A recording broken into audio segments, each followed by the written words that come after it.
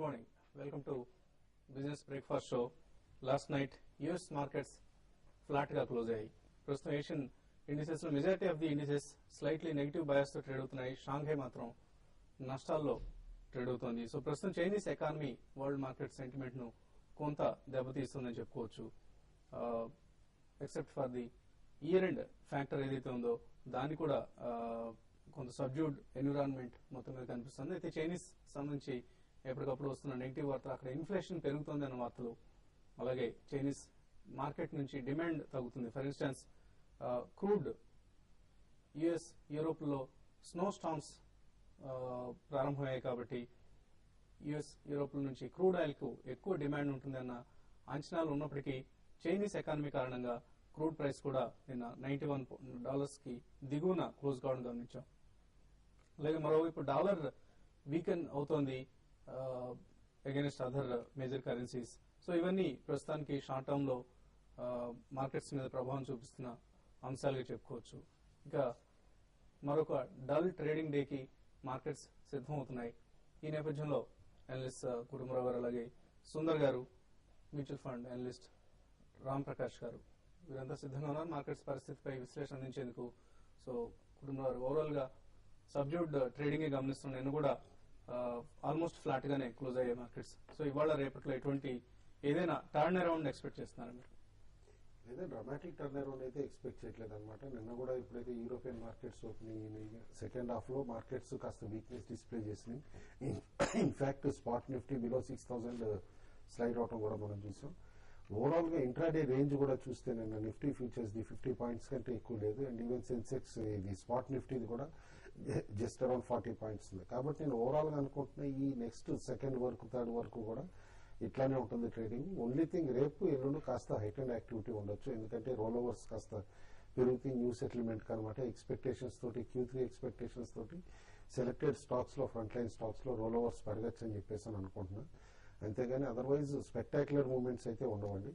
Nifty spot కి వస్తే కనుక 6020 పైన ఇవాళ క్లోజింగ్ వస్తే that should be A positive for next couple of days అనమాట. బట్ 6020 కిందే క్లోజ్ అయితే కనుక స్పాట్ నిఫ్టీ ఇవాళ కూడా సేమ్ ఇదే range bound activity tight range of 5960 on down side, 6060 on up side అని చెప్పేసి అనుకుంటున్నాను. ఓకే అండి. సో మీరు ఎటువంటి ఇంట్రాడే ట్రెండ్ ఎక్స్పెక్ట్ చేస్తున్నారు? ఓపెనింగ్ ఇవాళ పాజిటివ్ గా మటుకు షార్ట్ టర్మ్ లో నా ఉద్దేశం ఈ లెవెల్లో కొంచెం బ్రేక్ పడే అవకాశం ఉంది. సో ఒక ఇంట్రాడేకి వస్తే కనుక మార్కెట్ నిన్న 6000 కిందే క్లోజ్ అవడం తోటి ఇవాళ కూడా కొంచెం కన్సాలిడేషన్ ట్రెండ్ ని క్లియర్ గా కనిపిస్తుంది. ఇక లాంగ్ పొజిషన్ తీసుకోవాలన్న వాళ్ళు వెయిట్ చేయండి. 6020 పైన కనుక ఒక 10 మినిట్స్ నిలబడితే కనుక లాంగ్ పొజిషన్ తీసుకుని ఎంబడే 6000 కింద అంటే 20 పాయింట్స్ కింద స్టాప్ లాస్ పెట్టుకుని హోల్డ్ చేయొచ్చు. అండ్ 6050 6060 వస్తే కనుక అక్కడ ఎగ్జిట్ అయిపోండి. సో క్లోజింగ్ బేసిస్ మీద ఎట్టి పరిస్థితుల్లో మార్కెట్ ఇవాళ 6000 పైన క్లోజ్ అవ్వాలి. ఒకవేళ నిన్నట్లాగే నిన్న డేస్ లో దగ్గర క్లోజ్ చేయడం మనం చూసాము, కొంచెం కాన్షియస్ కానీ ఇవాళ కూడా ఏమైనా కొంచెం 6000 కిందే కనుక క్లోజ్ అయితే మటుకు నా ఉద్దేశం నెక్స్ట్ 2-3 డేస్ కొంచెం కరెక్షన్ కన్సాలిడేషన్ ఉంటుంది. కానీ మార్కెట్ ఏదైనా సరే 5950 పైన ఉన్నంతసేపు అప్ ట్రెండ్ కి ఏమీ భయం లేదు. ఒకవేళ 5950 కింద దిగి దాని కింద క్లోజ్ అవుతుంది నా ఉద్దేశం షార్ట్ టర్మ్ కరెక్షన్ బిగిన్ అయింది అర్థం చేసుకోవచ్చు. మార్కెట్ ఇవాళ 6000 వరకు consolidation long consolidation day end వరకు వచ్చే అవకాశం ఉంది. బహుశా 6000 పైన క్లోజ్ అవుతే కనుక లాంగ్ పొజిషన్ పెట్టుకోవచ్చు, లేదంటే కనుక కొంచెం కాషియస్ గానే ఉండమని చెప్తున్నాను. సో రామ్ ప్రకాష్ గారు, both equity funds debt funds 2010 లో బెటర్ రిటర్న్స్ ఇచ్చాయి. సో 2011 లో ఎటువంటి ట్రెండ్ ఉంటుంది అనుకుంటున్నాను? అంటే ఒక 2010 లో డేటా అనాలిసిస్ చేస్తే మాత్రం మీకు 2010 లో మీకు despite returns almost 15% Sensex returns, almost equity funds కూడా ఆల్మోస్ట్ 17% రిటర్న్స్ వచ్చాయండి. మనం ఒక ట్రెండ్ గమనిస్తే మాత్రం చాలా మటుకు ప్రాఫిట్ బుకింగ్, అంటే ఇన్వెస్టర్స్ హావ్ ఇన్వెస్టెడ్ ఇన్ 2008, 2009, 2010 లో చాలా మంది ప్రాఫిట్ బుక్ చేసుకుంటున్నారు. 2011 లో మీకు మన ఎకానమీ బాగుంటుంది కాబట్టి కొంచెం ప్లానింగ్ ఫ్యూచర్ అనుకోండి, మీకు తప్పకుండా ఈక్విటీస్ లో ఇన్వెస్ట్ చేయాలనుకున్న వాళ్ళు తప్పకుండా చేయొచ్చు. అదే డెట్ లో మీకు ఇంట్రెస్ట్ రేట్ సినారియోస్ చేంజ్ అవుతున్నాయి కాబట్టి, ఇన్ఫ్లేషన్ ద్వారా ఇంట్రెస్ట్ రేట్స్ పెరుగుతున్నాయి కాబట్టి ప్రాబ్లీ డెట్ ఫండ్స్ కొంచెం అలొకేషన్ ఉంటే బాగుంటుంది. అది కూడా ఫిక్స్డ్ మెచ్యూరిటీ ప్లాన్స్ లో allocation, not pure debt. Government securities కానీ కొంచెం వొలటైల్ గా ఉంటాయి, కొంచెం అర్థం చేసుకుంటే వాళ్ళకి బాగుంటుంది. Otherwise fixed maturity plans 3 months, 6 months, 1 year fixed maturity plans invest చేసుకుంటే బాగుంటుంది. ఎందుకంటే ఈల్డ్స్ 9%, 9.2 వరకు కూడా ఇస్తున్నారు. సో ఈక్విటీస్ ప్రాబ్లీ రిస్క్ తెలిసిన వాళ్ళకు తీసుకోవచ్చు. డెట్ ఫిక్స్డ్ మెచ్యూరిటీ ప్లాన్స్, ఎందుకంటే రిటర్న్ మీకు ఆల్మోస్ట్ 90%, 95% వరకు మీకు వస్తుంది కాబట్టి డెట్ లో కొంచెం అలొకేట్ చేస్తే బాగుంటుంది 2011. ఓకే అండి. సో కాలర్స్ కొంతమంది లైన్ ఉన్నారు. శశికాంత్ బెంగళూరు నుంచి లైన్ ఉన్నారు. శశికాంత్ గారు గుడ్ మార్నింగ్.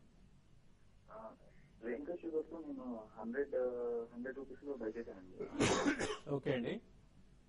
అది అంటే తగ్గినప్పుడు ఎక్స్పెరిమెంట్ చేసుకోవచ్చు అంటారా, లేదంటే పొజిషన్ నుంచి సెల్ చేయొచ్చు అంటారా, ఇంకా బై చేయొచ్చు అంటారా? ఇంకా 100 లో బై చేశారు, ఇంకా అక్యుములేట్ చేయొచ్చా లేదా ఎగ్జిట్ కావడం? నియర్ టర్మ్ లో అయితే షుగర్ ఇండస్ట్రీకి పాజిటివ్ సిగ్నల్స్ ఎక్కువ ఉన్నాయండి, కాబట్టి హోల్డ్ చేయమని చెప్పేసి చెప్తాను. బట్ రేణుకాలో ఏంటంటే మీకు రీసెంట్ రన్అప్ తర్వాత కొంచెం రెసిస్టెన్స్ ఫేస్ చేస్తుంది స్టాక్ బిట్వీన్ 96 and 99 బ్యాండ్ లో అనమాట. వన్స్ దీనిపైన క్లోజ్ అయితే మేబీ 1 or 2 క్రాస్ అయితే మాత్రం న్యూ అప్ ట్రెండ్ ట్రిజర్ అవ్వచ్చు స్టాక్ లో. Your stop loss should be 88 అండి, కాస్త డిస్టెంట్ గా ఉంటుంది ఎందుకంటే రీసెంట్ రన్అప్ షార్ప్ గా ఉంది కాబట్టి. ఓకే అండి. నెక్స్ట్ కాలర్ కిషోర్ లైన్ ఉన్నారు. కిషోర్ గారు హలో. హలో చెప్పండి కిషోర్. హలో వినబడుతుందండి. ఏమండి నాకు డౌట్ సార్. అడగండి.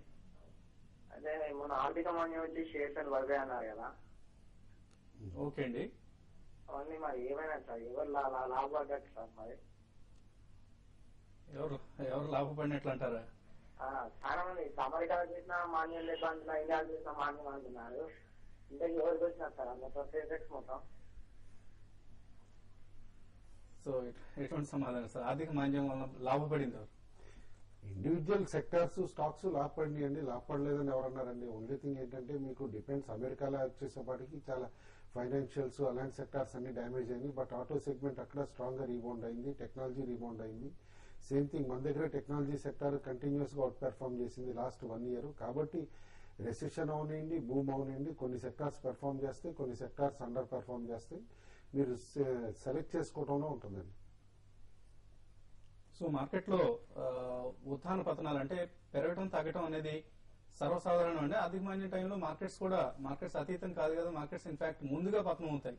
ఆర్థిక మాంద్యం బిగిన్ కావడానికి ముందే పతనం అవుతుంటాయి. సో అటువంటి సమయాల్ని నార్మల్ గా బయింగ్ ఆపర్చునిటీకి తీసుకోవచ్చు. బట్ ఆ టైంలో ఎవరికి గుండె ధైర్యం ఉండదు, కొనుగోలు చేసేందుకు గుండె ధైర్యం ఉండదు.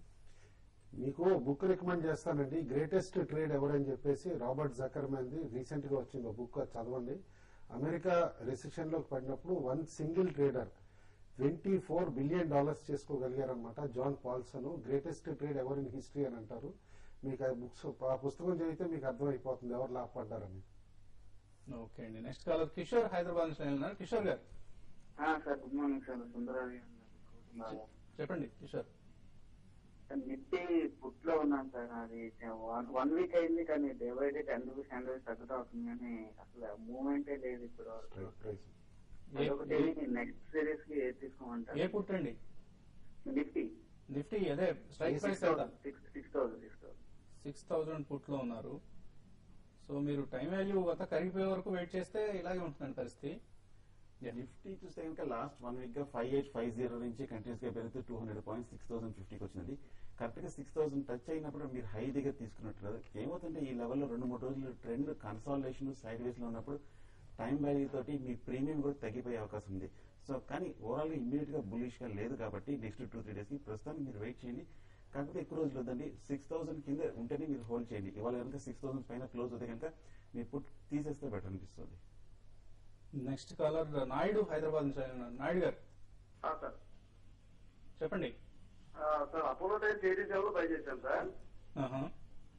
పోతే 71 లో ఎగ్జిట్ అయ్యాము. ఓకే అండి. ప్రెసెంట్ బయింగ్ ఎవరు వస్తున్నా ఏంటి సార్ దాని గురించి చెప్పండి. దేనికోసం? షార్ట్ టర్మ్ కోసం, ట్రేడింగ్ కోసం అండి? జనరల్ గా లాంగ్ టర్మ్ చూసుకుంటున్నాము. మరి ఎందుకు ఎగ్జిట్ అయ్యారు హడావుడిగా? అంటే బాగా పడిపోతుందని చెప్పేసి ఎగ్జిట్ అయ్యాం సార్. ఓకే, లోవర్ లెవెల్స్ లో మళ్ళీ ఎంటర్ అవుదాం అన్నట్లుగా. ఓకే, అవును సార్. అవును.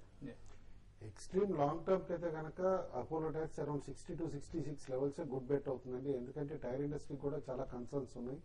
రబ్బర్ ఎట్ 30-year హైస్ అనమాట ట్రేడ్ అవుతుంది, అలా మెయిన్ రా మెటీరియల్ అనమాట. అయితే రీసెంట్లీ ఒక మైల్డ్ ర్యాలీ స్టాక్స్ లో రావడానికి కారణం ఇంపోర్టెడ్ రబ్బర్ అలౌ చేయడం అనమాట గవర్నమెంట్. అండ్ కంపెనీస్ కూడా ప్రైజెస్ హైక్ చేసినాయి అనమాట.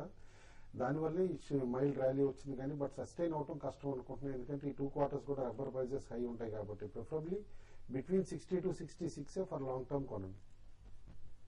ఓకే అండి, మరింత తగినప్పుడు లోవర్ లెవెల్స్ ఎంటర్ అయ్యే ప్రయత్నం చేయండి అపోలో టైర్స్ లో. ఇప్పుడు చిన్న బ్రేక్ తీసుకున్నాం.